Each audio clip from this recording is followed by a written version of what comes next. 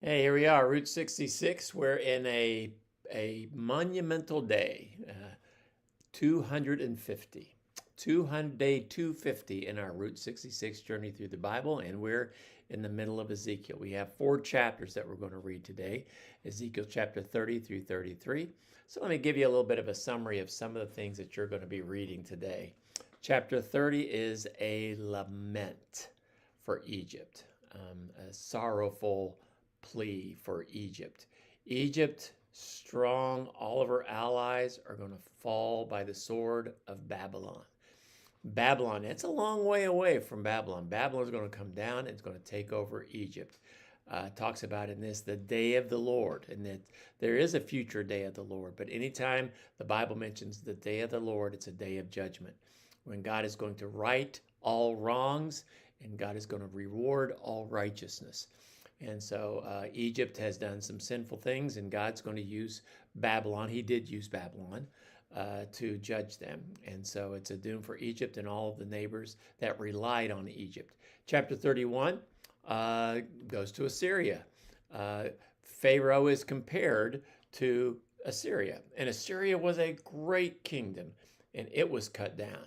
Just like them, Egypt is going to be humbled.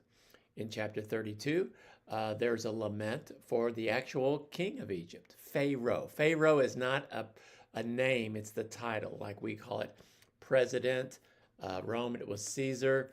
In Egypt, it was Pharaoh. Pharaoh is pictured as a monster that's captured. And then the chapter lists some of the nations that now are with them, and it's gone, showing that Egypt they'll join Egypt in death. And so Pharaoh is the leader of a bad nation, and he's going to be judged as well.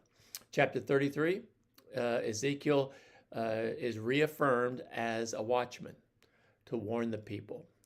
Before days of cell phones and all the technology that we have today to warn people, you would have people that would sit up on the city and look out and see when the enemy was coming.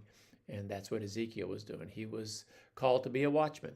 And the fall of Jerusalem is announced. And the people are supposed to listen to Ezekiel, but they treat him like an entertainer.